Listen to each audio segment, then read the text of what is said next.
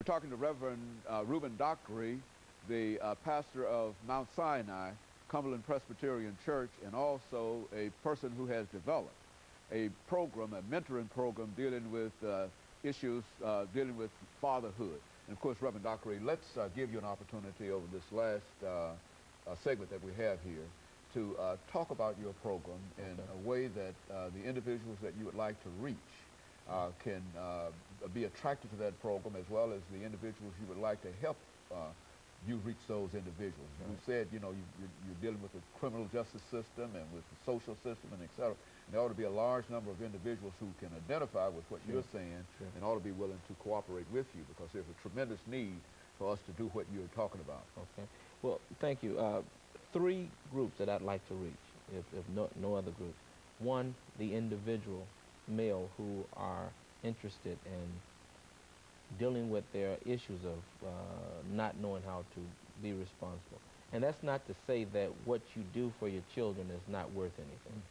But it's to say that if there is a way by which you can improve on that and you can make that better, then let's do that.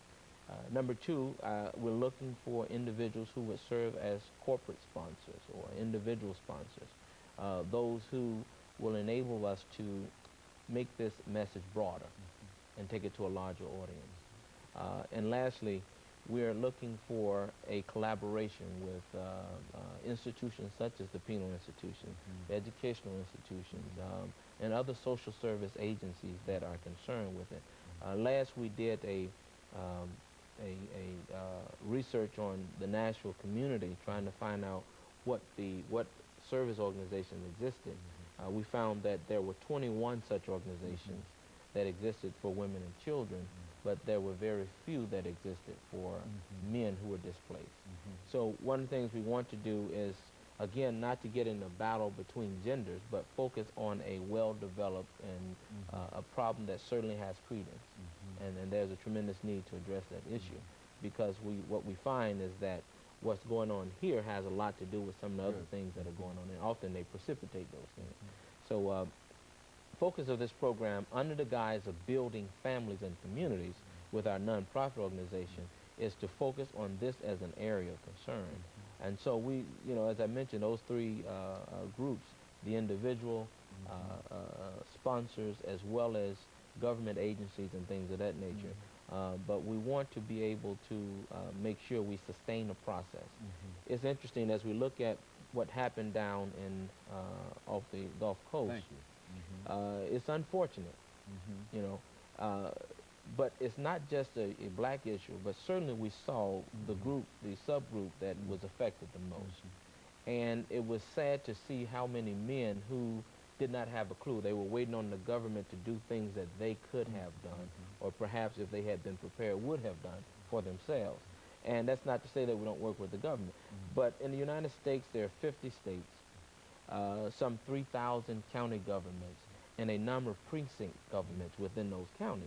And each man in their precinct has a right to ensure that tax dollars that are spent are going in a way that they know that at the moment of any type of catastrophe, they know where things are going to come from and how they can use it to take care of themselves. You know, I ask myself as a man, I have a mother here and sisters and nieces and nephews. What would I do in emergency response to look out for all of those interests of mine? And how would I have developed such a process? So those are one of the things, some of the things that we're looking at in the workshops, is talking about what can reasonably be done within the confines of the law and the services that are already in existence.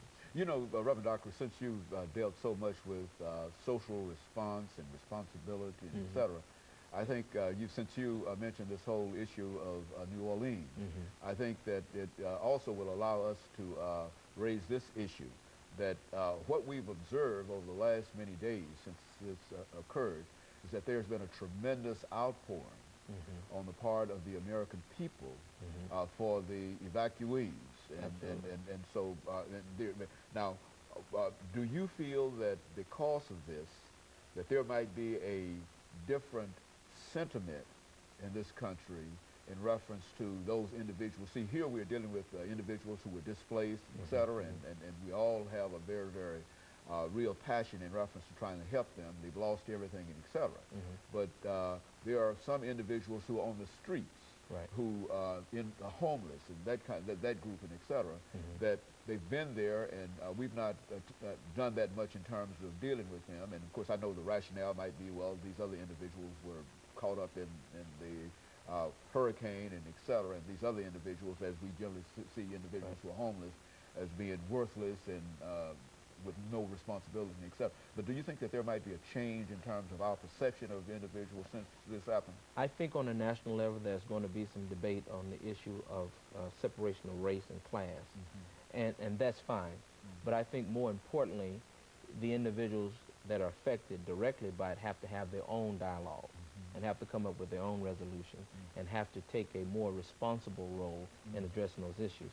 One thing in particular I noticed is that there were a lot of young black males who were actually doing the raping and doing the looting and shooting and having conflict with the authorities and so forth. And it's interesting that over the years, our young males have learned that whenever they have a stressful issue, the only way to respond is out of violence, because violence is the only answer that they've ever learned to deal with. One of the things they need to learn is how to process certain circumstances such that they learn how to deal with them in a way that is going to be beneficial to them and not cause more destruction or more mayhem.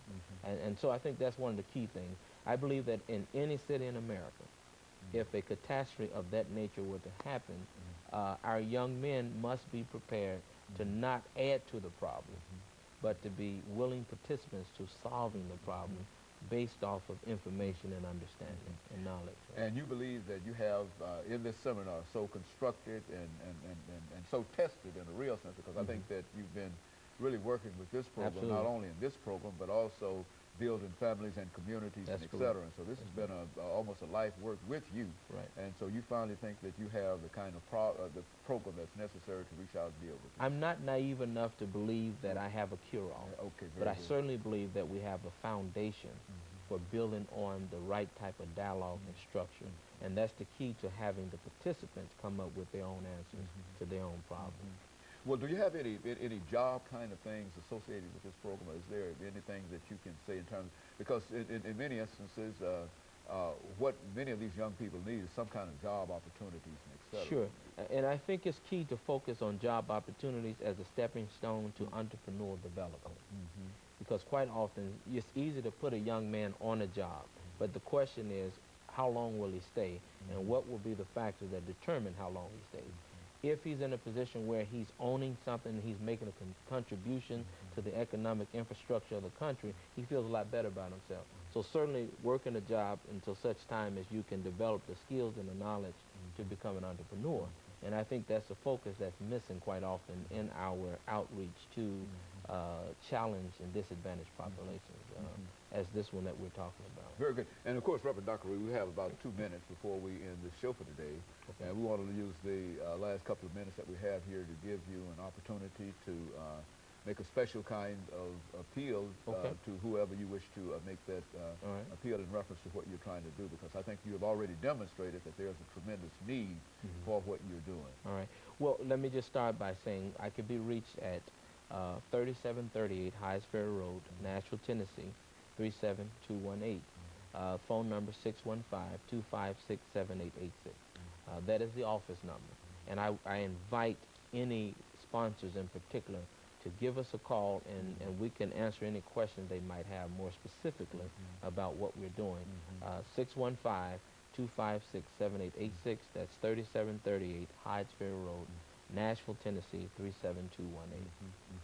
And that's the home of both Mount Sinai Cumberland Presbyterian Church, as well as Building Families and Communities Missions Incorporated. And so you think you're ready, Reverend Dockery, to handle the outgrowth of such a program? Because Absolutely. you think that there's a time and that we're ready for such a program, and you think that you have, you don't have the cure-all, as you said. No, but you've got something that can push us quite a way down the road. A foundation. Foundation. And I think that's what we need more than Absolutely. anything. I think that if we can find a number of individuals with programs that have that kind of foundation, then I think that we will certainly be fortunate, and I think we will be able to handle and deal with some of the problems that we have.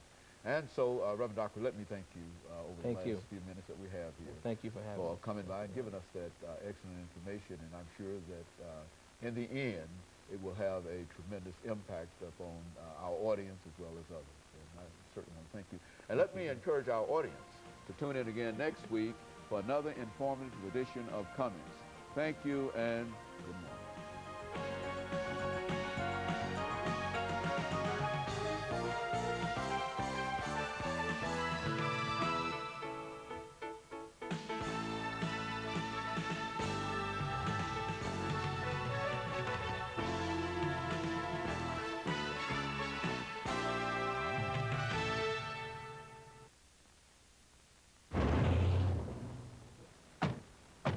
You work for the government, right?